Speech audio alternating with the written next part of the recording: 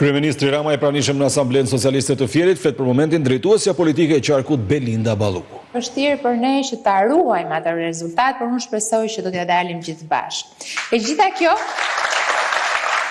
ka ardhur për shkak të disiplinës që e ka karakterizuar fushatën, por edhe jetën e partisë në qarkun e Fierit, të paktën 18 muajt e fundit, por mbi të gjitha një pakti që ne kemi bërë me njëri tjetrin.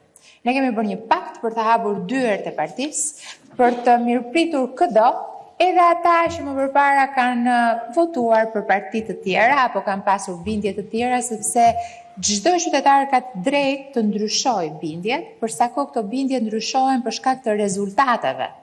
Dhe përsa kohë qytetarët vendosin të votojnë Edi Ramën, Partinë Socialiste dhe skuadrën e deputetëve të qarkut Fierit, sepse punët që janë bërë dhe mundësitë për zhvillimin ekonomik apo dhe sigurinë e këtij vendi janë të tilla që i kanë ndryshuar mendimin, ne i japim mirëseardhjen atyre dhe patjetër kanë qenë dhe ata kontributor në numrin e jashtëzakonshëm të mandateve që ne kemi marrë, pra rreth 117.000.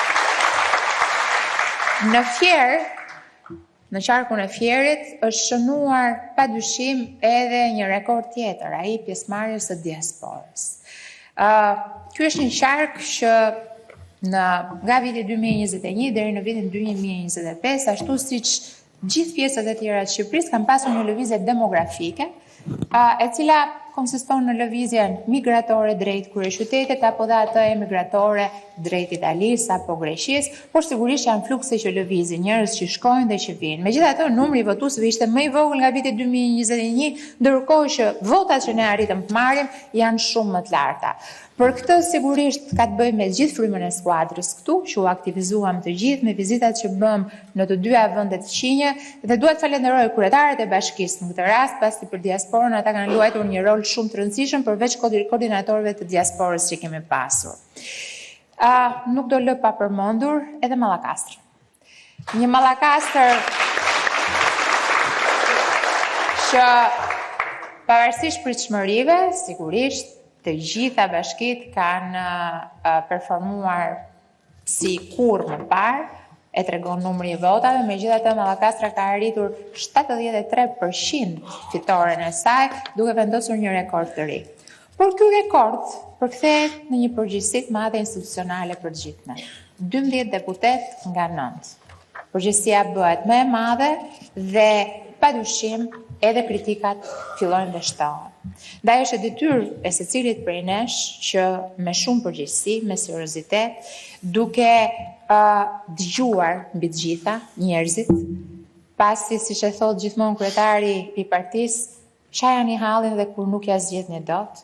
Ky tur i energjizimit të partisë, patjetër ka detyrat e lëna nga asambleja e fundit, që kanë të bëjnë me përmbushjen e kushteve statutore, duke nisur nga numri 10 i antarësisë aktive të çdo organizate bazë, tek zgjedhjet e reja që ne duhet bëjmë për sa i përket kryetarëve, bashkëkryetarëve, atyre të këshillave socialistë dhe gjithë procesin që do të vijojë deri në 35 vjetorin e partisë, që është 12 qershori, me përzgjedhjen e kryetarëve të Këshillit Socialist të Bashkisë. Por, nga ana tjetër, po shërben edhe si një tryezë e gjerë, diskutimi, bashkëbisedimi midis nesh dhe antarësisë, dhe mos harroni kur që antarësia e Partisë Socialiste është zëdhënësi më i mirë i Partisë Socialiste, por dhe i qeverisë shqiptare. Për këtë arsye, ne kemi biseduar bashkë, të gjithë kryetarët kanë marrë udhëzimet, kush janë ato tema që ne prekim, sepse dizinformimi, fatkeqësisht, shpesh herë mbulon të gjithë punën dhe të gjithë kontributin e secilit prej jush, duke nisur nga pushteti vendor dhe duke përfunduar tek qeveria. Në këto 12 vite, 13 tashmë, qeveria shqiptare ka prodhuar një produkt përveç rritjes ekonomike, stabilitetit ekonomik, ndryshimit thelbësor në sistemin arsimor, në atë shëndetësor, ndryshimit thelbësor në modernizimin e infrastrukturës të energjisë, ka arritur dhe një produkt tjetër që shpesh e harrojnë. Kjo qeveri ka prodhuar stabilitet politik, që është produkti më i çmuar që ne kemi sot. Ky stabilitet politik i krijuar me detajet e me shumë mund nga kryeministri Rama dhe nga qeveria shqiptare dhe nga gjithë ju këtu, padyshim është gjithmonë në rrezik, kur nga ana tjetër forcat e tjera politike krijojnë një destabilitet të inskenuar. Flasim për imazhin e Shqipërisë, e cila ndikon menjëherë një sektor i cili është i ri, por ka filluar të konsolidohet, që është turizmi. Ai stabilitet politik, i cili kontribon në ekonominë, në sigurinë e vendit tonë, kontribon në turizëm, në ekonomi dhe kudo, është produkti më i rëndësishëm që ne kemi prodhuar, duke e kthyer Shqipërinë madje si një nga vendet më të rëndësishme edhe për stabilitetin e rajonet.